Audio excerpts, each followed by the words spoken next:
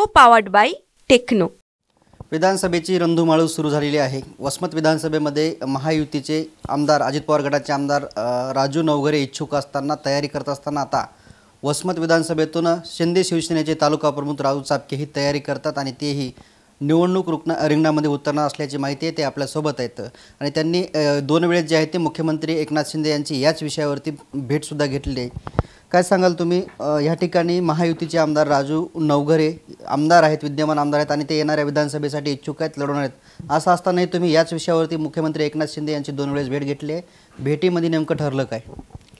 आदरणीय मुख्यमंत्री एकनाथजी शिंदे साहेबांची मी विकासाच्या कामासोबतच वसमत विधानसभेत आगामी 2024 लढवण्याच्या अनुषंगाने सुद्धा साहेबांची भेट घेतली। साहेबांनी मला शब्द दिलेला आहे की राजू तू कामाला लाग, काम कर, सर्वसामान्य शिवसैनिक असतील, ग्रामीण भागातील नागरिक असतील, शेतकरी शेतमजुरांची प्रश्न सोडवण्यासाठी अग्रेसर राहा आणि त्या पद्धतीने मी शिवसेनेचं हे काम रात्रंदिवस करत आहे आणि पक्षाला न्याय देण्याच्या भूमिकेतून आदरणीय एकनाथजी शिंदे साहेब शिवसैनिकांना न्याय देण्याच्या भूमिकेतून ही जागा पारंपरिक शिवसेनेची आहे। मागच्या 20 वर्षापासून आदरणीय डॉक्टर जयप्रकाशजी मुंदडा साहेबांच्या माध्यमातून इथं आपल्या शिवसेनेचा आमदार राहिलेला आहे आणि ही पारंपरिक जागा शिवसेनेची असल्याकारणानं निश्चित या 2024च्या निवडणुकीतसुद्धा आदरणीय एकनाथभाई शिंदे इथल्या सामान्य शिवसैनिकांना, शेतमजुरांना, शेतकऱ्यांना न्याय देतील। या अनुषंगाने मी वसमत विधानसभेमध्ये रात्रंदिवस गाव टू गाव, डोर टू डोर माझा कार्यक्रम राबवत आहे आणि शिवसैनिकांना न्याय देण्याच्या अनुषंगाने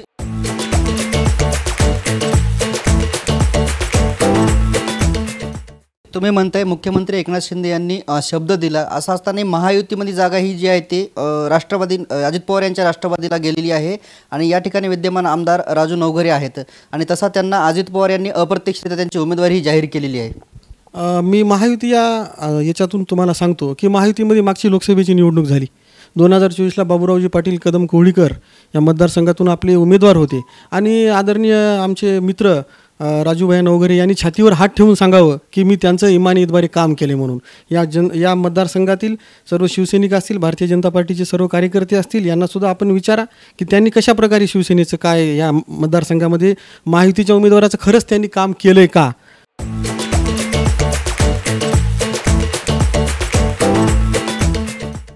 आमचे महायुतीचे उमेदवार बाबूरावजी कदम कोहळीकर यांना मोजून त्यांनी 4 ते 5 ठिकाणी एक दिवसभर फिरवलं आणि त्याच्यामध्ये सुद्धा आमचे माजी खासदार हेमंत पाटील यांच्यावरच त्यांनी टीका करण्याचं काम केलं। कसल्याही प्रकारे धनुष्यबाणाला मतदान करा, महायुतीचा उमेदवार निवडून द्या, या बाबतीत त्यांनी कसल्याही प्रकारचं आवाहन मतदारांना केलं नाही आणि हे सर्व जनता, आमची शिवसैनिक, भारतीय जनता पार्टीचे सर्व कार्यकर्ते हे जाणून आहेत। त्यांनी फक्त महायुतीत ह्या मुद्द्यावरून महायुतीत बिघाडी म्हणायचं का? महायुतीमध्ये बिघाडी म्हणण्यापेक्षा त्यांनी महायुतीचं कामच केलेलं नाही। ते संभ्रमावस्थेमध्ये त्यांनी सर्व जनतेला सुद्धा ठेवलं।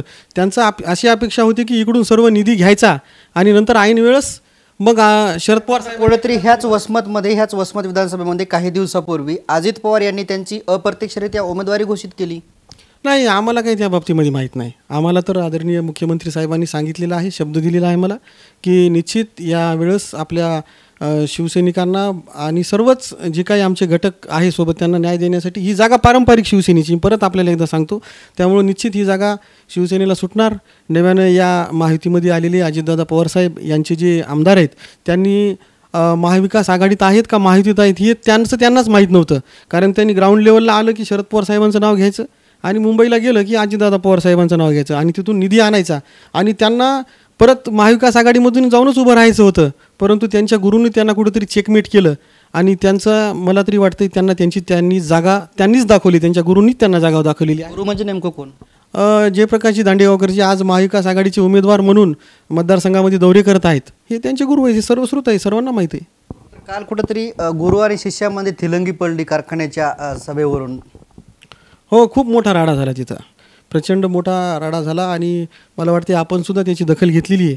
आम्ही काल आपल्या न्यूज चॅनलला आम्ही पाहिलं की आपण सुद्धा त्याची दखल घेतलेली, त्यामुळे आपल्याला सर्व गोष्टी त्या ज्ञात आहेत आणि सर्वसामान्य नागरिकांना, शेतकरी शेतमजुरांना ह्या गोष्टी बिलकुल आवडणाऱ्या नाहीत। या गुरु आणि शिष्यांचा जे काही राडा आहे ह्या बिलकुल ह्या गोष्टीला, हे सर्वसामान्य जनतेला ही गोष्ट आवडलेली नाही।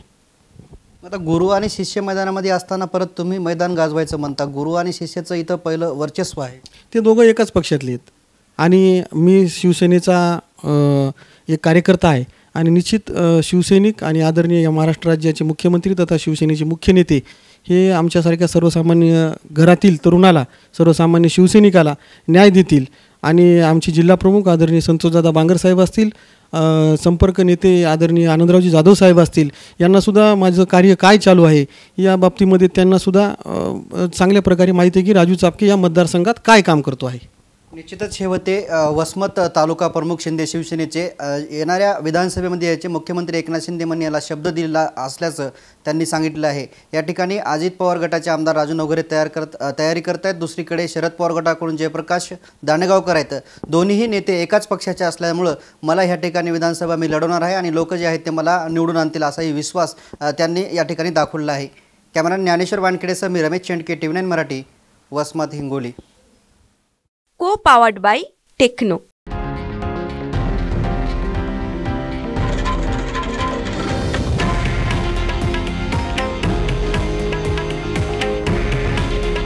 हे आहे देशातील नंबर 1 न्यूज नेटवर्क आणि आपण पाहत आहात TV9 मराठी. काळजी तुमची, हित महाराष्ट्राचं.